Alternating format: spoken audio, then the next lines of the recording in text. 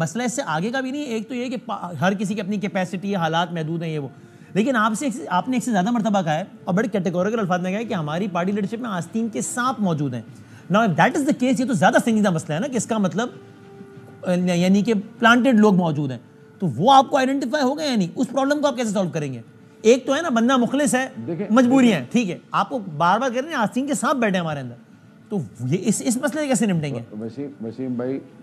وسیم بھائی اس کا میں صرف چھوٹا سوال کا جواب دوں گا معصومانہ. سر ہم کیبنٹ میں بیٹھے ہیں, کیبنٹ میٹنگ چل رہی ہے اور ٹکرز چل رہے ہیں, کون لیک کرتا تھا؟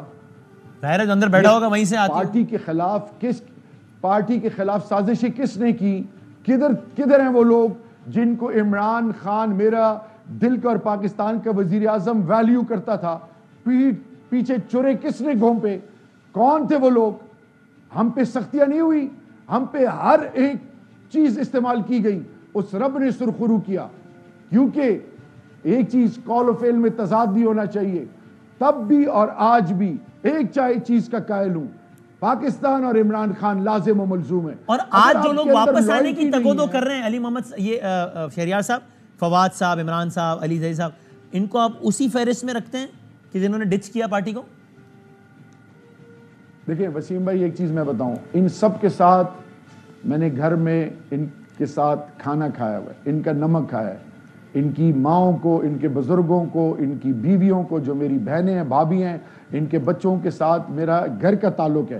I am no one to comment on that. میری کیا حیثیت اہمیت ہے, کس پہ کیا گزری ہے رب جانتا ہے, اس کے کیا کن سرکمسٹانسز میں, کن حالات میں ان سب نے جو بھی کیا, یہ اللہ کے بعد my leader will decide.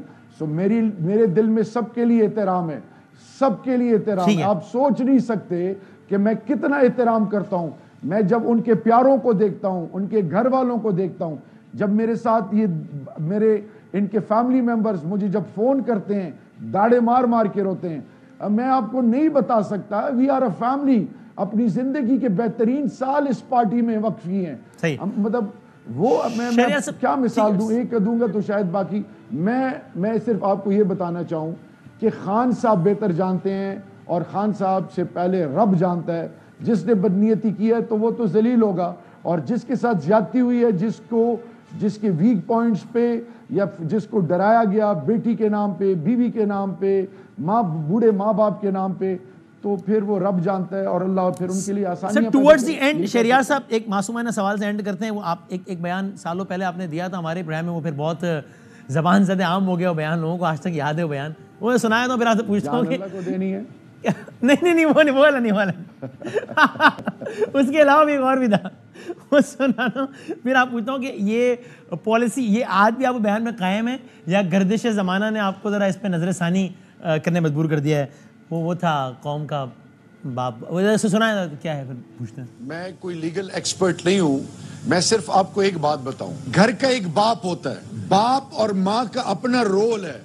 اسی طرح آرمی چیف ایسے کریٹیکل سٹیج پہ, میرا خیال ہے اس مثال کو آپ تھوڑا تبدیل کر سکتے ہیں, کیونکہ آپ نے باپ کی, کیونکہ یہاں تو بہرحال 3 سال نہیں تو 6 سال بعد تو تبدیلی ناگزیر ہے ہی نا, تو میرا خیال ہے کوئی اور مثال. ملک کی آرمی چیف کی مثال ایک باپ اور ماں دونوں کی بنتی ہے. ٹھیک, ہم تو اس وقت مشورہ دے رہے تھے آپ کو کہ سوچ لیں اس پہ, لیکن آپ کو بتاؤں ابھی آج ہیں اس بیان پہ. نہیں میں نے سوچنا نہیں ہے, میں نے سوچنا نہیں ہے. تو جب ہم حکومت میں تھے 3.5 سال, میرے بارے میں یہ بتایا گیا کہ شہریار ایجنسیوں کا آدمی ہے.